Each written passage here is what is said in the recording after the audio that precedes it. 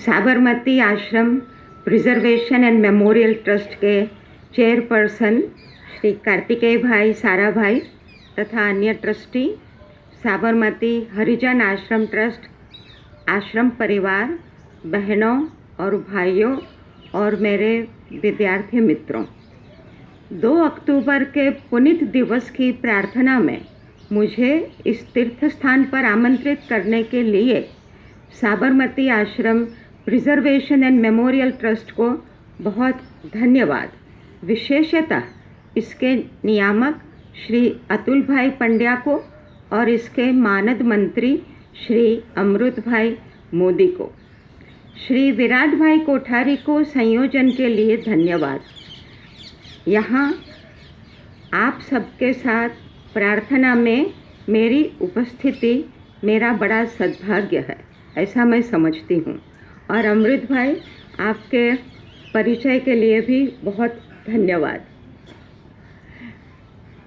अमृत भाई को बहुत सालों से जानती हूँ, लेकिन फिर भी आज साबरमती आश्रम के 100 साल के बारे में सुना तो बड़ा अच्छा लगा, और ख़ास करके इस आश्रम का भविष्य सोच रहे हैं और आप सब यहाँ पर दीप शिखाएं बैठी हैं तो बड़ा अच्छा लगता है। भविष्य के लिए आशा उत्पन्न होती है।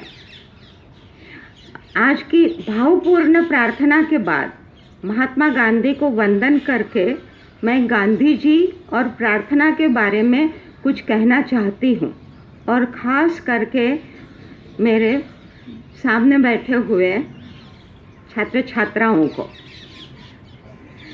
जैसा कि अमृत भाई ने अभी कहा, महात्मा गांधी ने एक अभूतपूर्व काम किया है, वो है महिलाओं में चेतना जगाने का, और वह काम हमेशा हम लोग याद रखेंगे और उन्हीं के दिखाए हुए पथ पर आगे चलेंगे। महात्मा गांधी अनगिनत रूप में हमारे बीच मौजूद हैं। स्थानीय से लेकर वैश्विक स्तर के नेता उनके जीवन तथा कार्यों से प्रेरणा लेते हैं और विशाल जनसमूह उनके पदचिन्हों पर चलकर ऊर्जा का अनुभव करते हैं।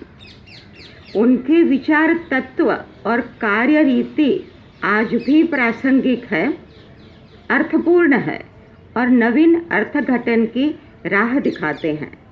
वास्तव में गांधी जी युग पुरुष हैं, बीते हुए कल के, आज के और आने वाले कल के भी।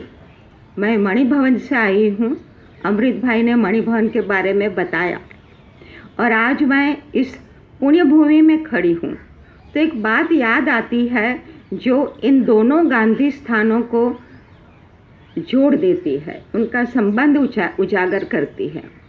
बात है 1919 के आरंभ की, जब ब्रिटिश सरकार ने दमनकारी रॉलेट विधेयकों को प्रस्तुत किया था और गांधी जी और उनके साथियों ने इन विधेयकों के विरोध में सविनय अवज्ञा के पालन का निश्चय किया था, और 24 फरवरी 1919 को यह संकल्प किया गया था कि इस सत्याग्रह प्रतिज्ञा को लेने वाले इस संघर्ष में पूरी निष्ठा के साथ सत्य का पालन करेंगे और हिंसा नहीं करेंगे। इस सत्याग्रह प्रतिज्ञा पर सर्वप्रथम हस्ताक्षर किए गांधी जी ने, और उनके नीचे वल्लभ भाई पटेल, चंदूलाल मणिलाल देसाई, केसरी प्रसाद मणिलाल ठाकुर, अंसुयाबेन साराभाई तथा अन्य साथियों ने हस्ताक्षर किए थे, और स्थान था ऐतिहासिक सत्याग्रह आश्रम साबरमती। सत्याग्रह प्रतिज्ञा तो सत्याग्रह आश्रम में हुई, और इसका परिणाम देखने को मिला मुंबई में।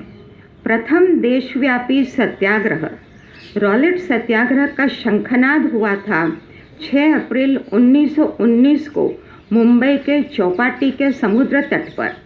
उस समय गांधी जी लेबरनम रोड पर स्थित मणिभवन में रहते थे, जो रेवा शंकर भाई जवेरी का निवास स्थान था। तो मणिभवन में गांधी जी की और स्वातंत्र्य संग्राम की कुछ यादों की ज्योति है, और साबरमती आश्रम तो आरंभ से ही तेज पुंज का केंद्र रहा है।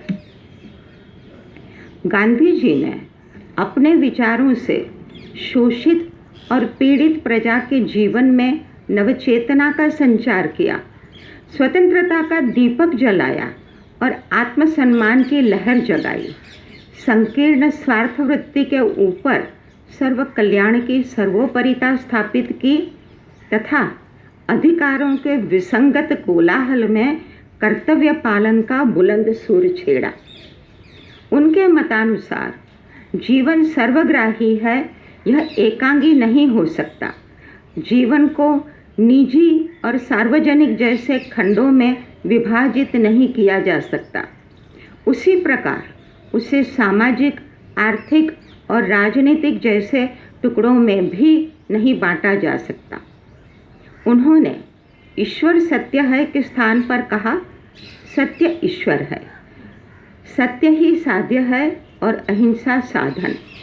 उन्होंने देश की और जनसाधारण की सेवा में ही मोक्ष का मार्ग देखा।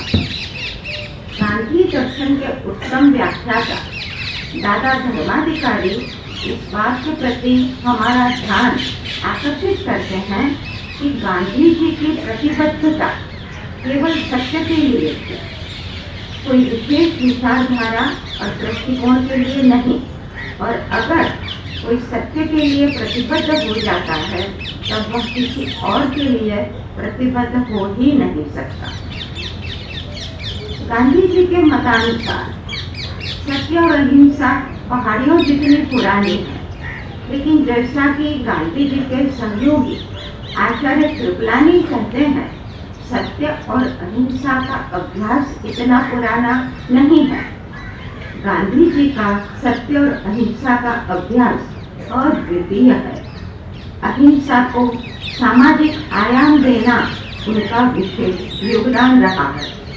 कुछ संत और विचारक ऐसे होते हैं जो केवल अपने आत्मा की मुक्ति के लिए अहिंसा का पालन करते हैं, लेकिन गांधी जी के लिए अहिंसा एक विधेयात्मक साधन है जो कायरता तथा बुराइयों से लड़ने का बल दे, न्याय की स्थापना कर सके, जो सामाजिक, राजनैतिक और आर्थिक परिवेश में लागू हो सके, जो इंसानों के बीच समानता स्थापित कर सके और गुलाम देशों को स्वतंत्र बना सके। व्यक्तिगत स्तर पर ही नहीं, समाज में रहकर भी नैतिक आचरण करना अनिवार्य है।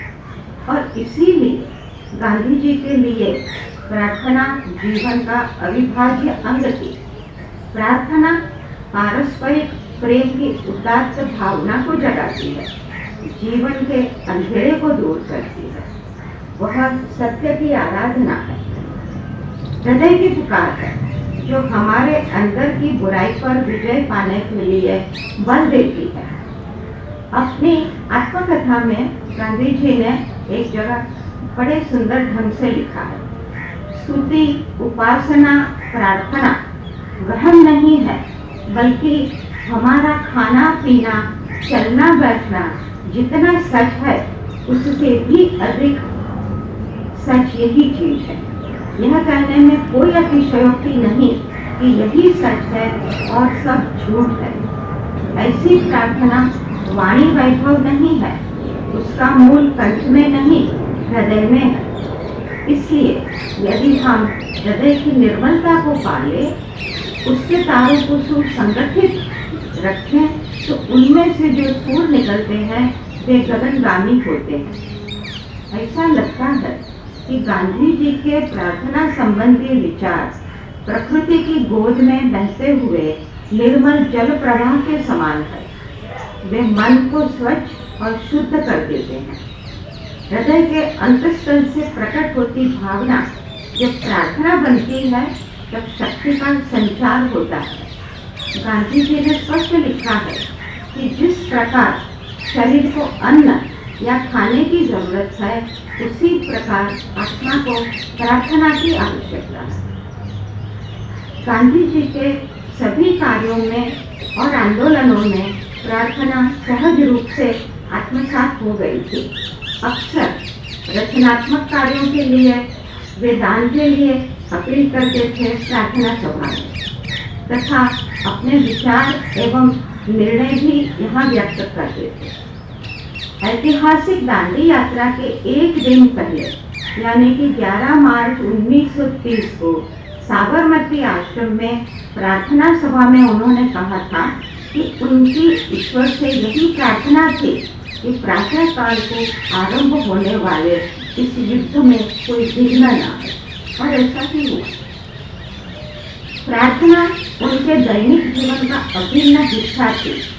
जेल जाने का समय भी प्रार्थना में सम्मिलित हो जाता था।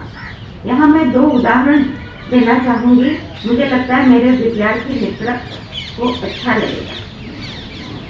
दोनों उदाहरण मुंबई के हैं। 4 जनवरी 1932 को सुबह 3 बजे police commissioner J.S. Wilson Gandhi ji की गिरफ्तारी का वारंट लेकर मुंबई में मणिभवन पहुंचे। इतनी सुबह आ गए क्योंकि अगर दिन को आते तो लोगों की भीड़ इकट्ठी हो जाती। तैयार होने के लिए गांधी जी को आधे घंटे का समय दिया गया। गांधी जी के मौन का दिवस था। तुरंत मणिभवन की छत पर प्रार्थना की गई।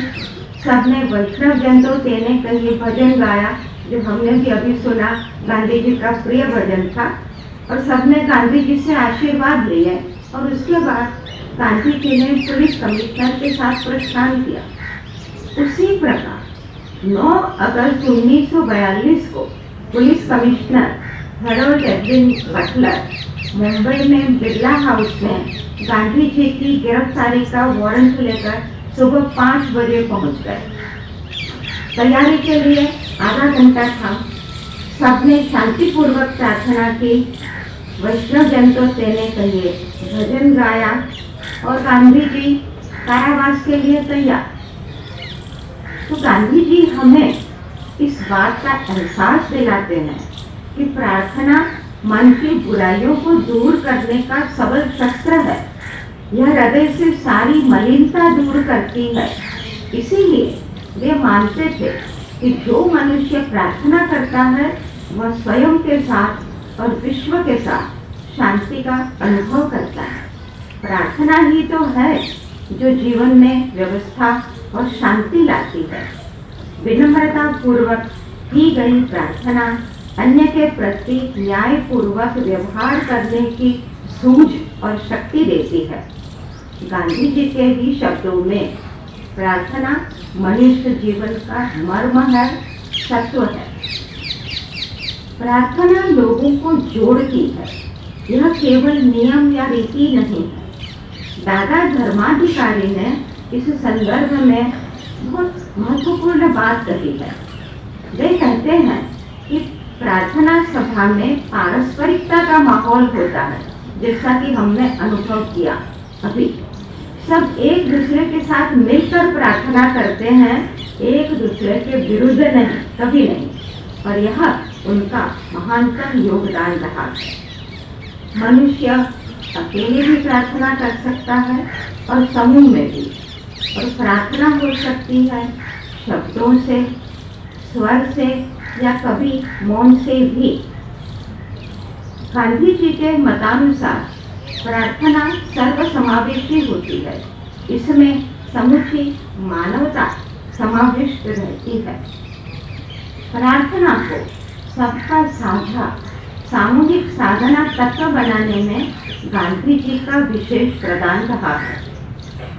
उनकी सामूहिक प्रार्थना का आरंभ हुआ दक्षिण अफ्रीका के फीनिक्स आश्रम से और उसकी समाप्ति हुई 1948 के जनवरी की दिल्ली की प्रार्थना सभाओं से। 30 जनवरी 1948 की शाम को गांधी जी प्रार्थना के लिए ही जा रहे थे और अंतिम क्षणों में उनके होठों पर शब्द थे घेरा। गांधी जी के व्यक्तित्व के गठन में विभिन्न धर्म ग्रंथों के अध्ययन, चिंतन तथा भक्ति परंपरा के भजनों की महत्वपूर्ण भूमिका रही है। उनकी प्रार्थना में सर्वधर्म और संप्रदाय के भाव एवं लोग सम्मिलित थे और आज भी है। पंडित नारायण मोरेश्वर खरे ने आश्रम भजनावली तैयार की थी और गांधी जी ने स्वयं येरवड़ा जेल में कारावास के कुछ समय में कुछ प्रार्थनाओं का और भजनों का भावग्राही अंग्रेजी अनुवाद भी किया। ये बड़ी रोचक बात है ना। गांधी जी के मतानुसार हमारे जीवन में चाहे कितना भी व्यस्त हो, कुछ समय सुबह और शाम को प्रार्थना के लिए आरक्षित रखना अनिवार्य है। इस संबंध में एक बात याद आती है। अभी अमृत भाई ने भी काका कालेलकर और लक्ष्मीबेन को याद किया था। तो काका कालेलकर ने कुछ अपने संस्मरणों में एक बात लिखी है जो बापू के साथ का प्रसंग है। उन्हीं के शब्दों में 1927 के सितंबर का महीना था। हम लोग आंध्र प्रदेश में मोटर कार से प्रवास कर रहे थे। लंबी सफर के बाद रात को 10 बजे के आसपास श्रीकाकुलम पहुंचे। तो स्थानीय का कार्यक्रमों में तो बड़ा उत्साह था। उन्होंने बापू के सम्मान में महिलाओं के लिए एक सूत कताई की प्रतियोगिता का आयोजन कर दिया था। मैं और महादेव भाई यानी महादेव भाई देसाई इतने थक गए थे कि हमने सोचा हम इस प्रतियोगिता में ना जाए तो क्या फर्क पड़ेगा, और हम दोनों तो सो गए। पता ही नहीं चला बापू कब आए और सोए। सुबह 4 बजे हम प्रार्थना के लिए उठ गए। जैसे ही प्रार्थना का आरंभ कर रहे थे, बापू ने पूछा, आपने कल रात को प्रार्थना की थी? हम क्या जवाब देते, सो गए। तो फिर मैंने कहा, मैं तो इतना थका था कि सो गया और प्रार्थना करना ही भूल गया। महादेव भाई ने कहा, वे भी भूल गए थे, लेकिन सोने से पहले याद आया तो प्रार्थना कर ली। उसके बाद बहुत करुणा से बापू ने कहा, यहाँ आने के बाद मैं 1 आध घंटा प्रतियोगिता में बैठा और वापस आकर मैं भी इतना थका था कि नींद आ गई। फिर रात को करीब 2 बजे उठ गया और याद आया कि रात की प्रार्थना तो रह गई। मुझे बहुत पीड़ा हुई, शरीर से पसीना छूटने लगा। उस ईश्वर को मैं कैसे भूल गया जिसकी दया से मैं जीता हूँ और जो मेरे सभी कार्यों में शक्ति देता है। मैं उस भगवान को कैसे भूल गया। इसके बाद मैं सो नहीं सका। मैं अपनी गलती के लिए पश्चाताप करता रहा और परमात्मा की क्षमा याचना करता रहा। हम सब ने प्रार्थना की और बापू ने कहा, अब से सफर में एक निश्चित समय पर प्रार्थना की जाएगी और हम यही करते रहे। इस बात से हमें भी काफी कुछ सीखने को मिलता है। उलझे हुए मानवीय संबंधों को संवारना गांधी जी का स्वभाव था। दूसरों को अप्रिय लगने वाले काम वे खुद ही कर लेते थे। दूसरों के दुख को समझना और उनके साथ तादात्म्य स्थापित करना उनकी प्रकृति थी। गांधी जी के सिद्धांतों पर चलने वाली सुचेता कृपलानी, जो स्वतंत्र भारत में प्रथम महिला मुख्यमंत्री रही, कहती है कि गांधी जी इतने व्यस्त कभी नहीं होते थे कि वे किसी की पीड़ा को न सुन सके। दूसरों को सलाह देने से पहले वे स्वयं उसका अभ्यास कर लेते थे। अपने विचार, वाणी और वर्तन की एक रूपता से गांधी जी ने प्रस्थापित किया है कि आत्मशुद्धि, साधन शुद्धि और प्रेम शक्ति उच्च आदर्श है जो व्यवहारिक रूप से भी महत्वपूर्ण है। गांधी जी की सर्जकता जीवन के प्रत्येक पहलू में प्रस्फुटित हुई है। और यहाँ मैं आचार्य कृपलानी का एक वाक्य कहना चाहती हूँ जो गांधी जीवन और कार्य का निचोड़ है। कृपलानी जी ने कहा है कि गांधी जी ने इस देश के शौचालयों से लेकर उसकी आत्मा को स्वच्छ कर दिया। आज विश्व तेजी से बदल रहा है। नई टेक्नोलॉजी और ज्ञान विज्ञान की नई शाखाएं नई चुनौतियां ला रही हैं। युवा पीढ़ी के सामने बहुत नए आह्वान खड़े हैं। ऐसी परिस्थिति में कीर्ति संपत्ति के माया जाल में कहीं मानव मूल्य खो न जाए, इस बात पर ध्यान देना आवश्यक है। गांधी जी ही तो हमें सिखाते हैं कि अपने अंतर में झांक कर देखो, औरों से संवाद करो, समन्वय करो और इसके साथ अपने से भी संवाद करो। स्पर्धा की दौड़ में अंतरात्मा की आवाज को अनसुना मत करो। हम औरों की आलोचना चर्चा न करके खुद के बारे में, खुद के कर्तव्य के बारे में सोचे तो अच्छा होगा।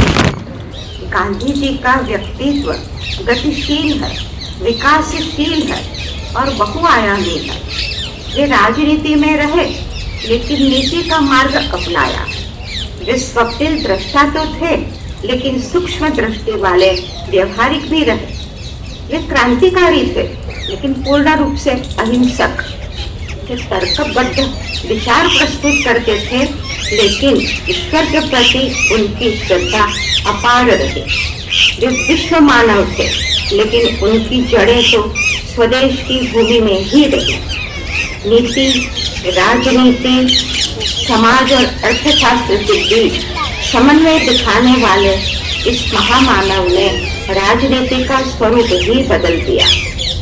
नमक जैसी साधारण वस्तु को असाधारण बना दिया, अहिंसक क्रांति का प्रतीक बना दिया और खादी को बनाया स्वदेशी तथा आत्मनिर्भरता का प्रतीक। उन्होंने सत्याग्रह का नवीन मार्ग दिखाया और देशवासियों ने अभूतपूर्व प्रतिभाव दिया। साथ ही उन्होंने इच्छाओं पर नियंत्रण रखने की सलाह दी और रचनात्मक कार्यों का और श्रम का महत्व भी समझाया। उनके जैसे नेता मानवता की नैतिक पूंजी है। अंत में मैं एक बात कहना चाहूँगी और यह प्रसंग भी है साबरमती आश्रम का। 1930 के जनवरी में गांधी जी ने छात्रों को प्रार्थना के अर्थ और उसकी आवश्यकता के बारे में एक विशेष भाषण दिया था और गांधी जी ने छात्रों से कहा था कि प्रार्थना जैसे धर्म का सबसे मार्मिक अंग है, वैसे ही मानव जीवन का भी। प्रार्थना शब्दों या कानों का व्यायाम मात्र नहीं है, खाली मंत्र जाप नहीं है। आप कितना ही राम नाम जपिए, अगर उससे आत्मा में भाव संचार नहीं होता तो वह व्यर्थ है। प्रार्थना में शब्दहीन हृदय हृदयहीन शब्दों से अच्छा होता है। गांधी जी ने छात्रों का ध्यान इस बात के प्रति आकर्षित किया कि जीवन का उद्देश्य अपने मानव बंधुओं की सेवा करना है और अपने आप पर किसी न किसी तरह का अनुशासन लगाना आवश्यक है और प्रार्थना एक प्रकार का आवश्यक आध्यात्मिक अनुशासन है। गांधी जी के ये शब्द आज भी उतने ही प्रासंगिक हैं जितना उस समय थे, आज भी उतने ही महत्वपूर्ण है जितना तब थे। तो हमारा कर्तव्य बनता है कि हम इस पर मनन करें, चिंतन करें और इनके अनुसार आचरण करें। आप सबको और साबरमती आश्रम को फिर से धन्यवाद और बहुत शुभकामनाएं।